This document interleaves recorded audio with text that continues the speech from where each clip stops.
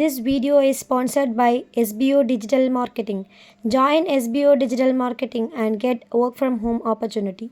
Skip பண்ணாதீங்க, பெரிய தப்பு. தினம் 300 ரூபாய் சம்பாதிக்க அரிய வாய்ப்பு. இன்ஸ்டாகிராம், ஃபேஸ்புக் பயன்படுத்த தெரிந்தால் போதும் content post and content publishing மூலமா தினம் 300 ரூபாய் சம்பாதிக்கலாம். இந்த வேலை செய்ய 5 நிமிடம் போதும். Work training support, group communication support, all language customer live chat support, முக்கியமா சொந்தமா ஒரு பிசினஸ் ஸ்டார்ட் பண்ற அளவுக்கு உங்களால கற்றுக்கொள்ளவும் முடியும், சம்பாதிக்கவும் முடியும். இந்த வேலை வாய்ப்பு வழங்குவது 5 வருடத்திற்கு மேல ரன் ஆகிட்டு இருக்க நம்ம தமிழ்நாட்டு company school of business organisation private limited. மேலும் விவரங்களுக்கு டிஸ்கிரிப்ஷன்ல கொடுத்திருக்க நம்பருக்கு வாட்ஸ்அப் பண்ணுங்க.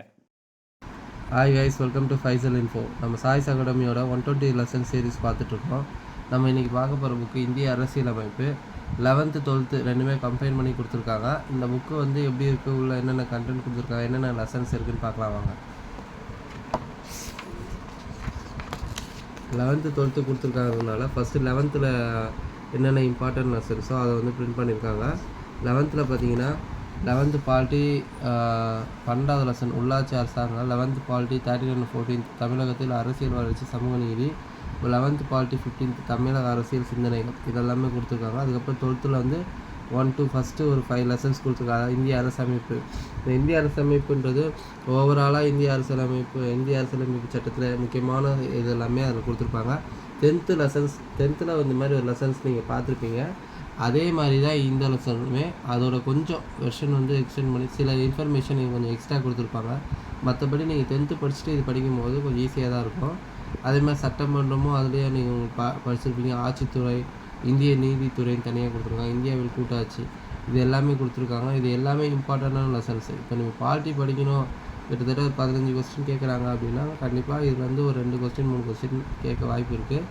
முக்கியமான புக்கு இது, இதை ஸ்கிப் பண்ணவே முடியாது. இதில் உள்ள பார்த்தீங்கன்னா அந்த லெசன்ஸை வந்து அப்படியே புக்கில் வந்து எடுத்து அப்படியே கொடுத்துருக்காங்க. இன்ச் பை இன்ச்சாக நீங்கள் படிச்சுக்க வேண்டியதான். முன்னாடி சொன்னதே தான்.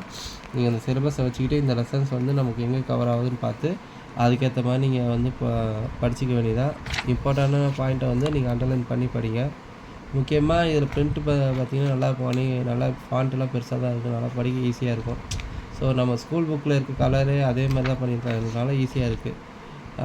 வேறு என்னென்னா இதில் உங்களுக்கு பாக்ஸ் கண்டென்ட்டு எல்லாமே நீங்கள் வந்து முக்கியமாக படிக்கணும். ஏன்னா வந்து அதில் இருந்த டேட்டாஸ் தான் நிறைய எக்ஸாம்பிள் கேட்கறதுக்கு வாய்ப்பு இருக்குது.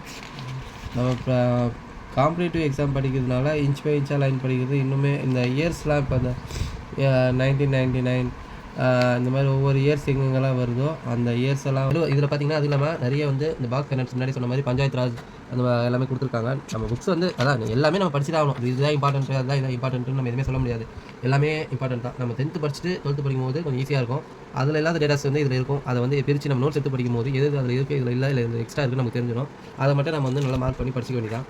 மற்றபடி எல்லாமே நல்லாயிருக்கு. புக் பேக் கொஸ்டின்ஸாக கொடுத்துருக்காங்க. அதில் வந்து நம்ம இது புக் பேக் கொஸ்டினே நம்ம வந்து எக்ஸாம் பாயிண்ட் ஆஃப் வியூவில் படிச்சிக்கணும். இந்த மெயின்ஸ் எழுதணும் அப்படின்ற மாதிரி இருக்கிறவங்க இந்த பின்வரும் இந்த நம்ம ஸ்கூலில் எழுதுற மாதிரி இந்த டாப்பிக்லாம் எழுதி பார்த்தாலே மெயின்ஸும் நம்ம வந்து ப்ரிப்பேர் பண்ணுறதுக்கு ஈஸியாக இருக்கும். நீங்கள் மெயின்ஸ் படிக்கிற மாதிரியே நீங்கள் வந்து ஒவ்வொரு லெசனுமே படிச்சிங்கன்னா உங்களுக்கு ப்ரிலிம்ஸ் பாஸ் பண்ணுறது ரொம்ப ஈஸியாகிடும்.